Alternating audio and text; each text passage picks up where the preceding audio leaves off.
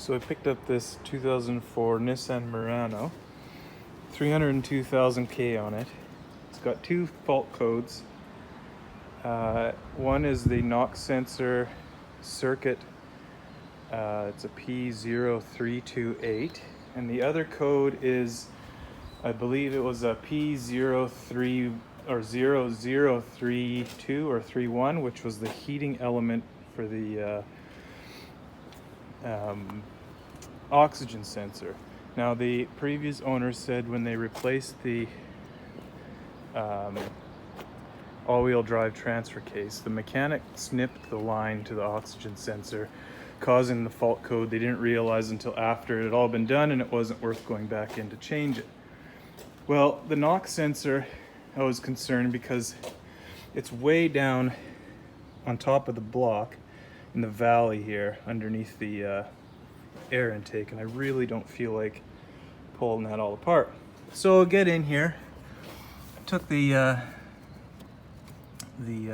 cold air intake apart so I could see what I was doing.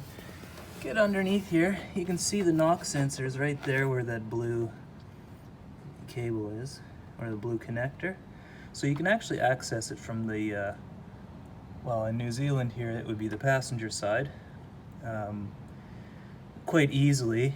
I mean, I can't barely get my big mitts in there, but enough that I could get it out if I needed to. I'm pretty sure it's not the sensor that's at fault, because on closer inspection, apparently the mouse house that I sucked out of there, he had gone and chewed it right off. So I'm gonna go ahead and get this reconnected and see if that code in fact goes away. So once I got all the wires all pulled apart, the plug-in totally disintegrated inside from the heat from being in the valley of the V6 there. So I had to hardwire it in to the plug-in here, to the knock sensor there. It's unlikely that the knock sensor is actually bad because they're a piezo electric vibration sensor.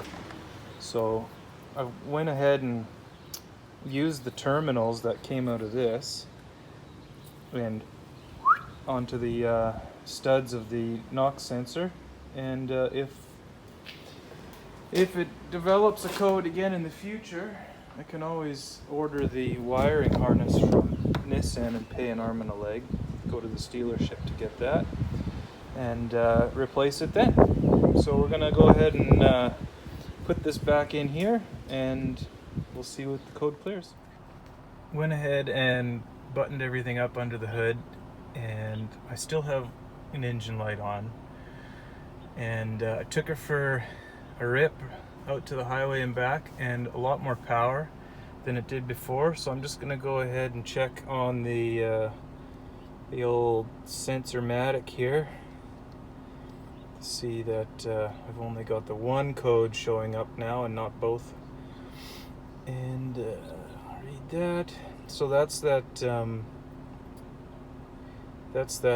line that goes to the oxygen sensor. It's a heating element for the heated oxygen sensor that this unit comes with, and that's apparently was clipped when they replaced the transfer case. I don't really feel like crawling up under there to do that right now, so we're just going to go ahead and leave that one, but that's the only fault code. If I clear that code, it just pops back right away. The car does run a lot better now with the knock sensor in. I guess what happens is the computer is looking for a particular signal from the knock sensor, and when it doesn't read that, it doesn't know what's happening, so it reverts to a safe timing advance pattern that set at the factory, that it knows that if it doesn't advance or retard the timing outside of those parameters, the engine will stay safe. And so you lose a lot of that high-end power or lugging power that you would normally get when you tromp on it, or if you're pulling something. When the knock sensor is bad, it doesn't actually affect your driving at all if you're just around town and stuff, but if you're pulling something, or if you want to go a little bit faster down the motorway or whatever like that, having a faulty knock sensor won't give you the power that you're expecting, and probably fuel mileage and all the rest, the emissions and blah blah blah. And all the knock sensor is doing is listening for vibration that a knock would cause in the engine. If you advance or retard the timing outside of safe parameters, the engine starts knocking, it sends that signal to the computer, and the computer says, whoa, I'll back off a little bit. Anyways, that's all fixed up, and yeah, see what happens.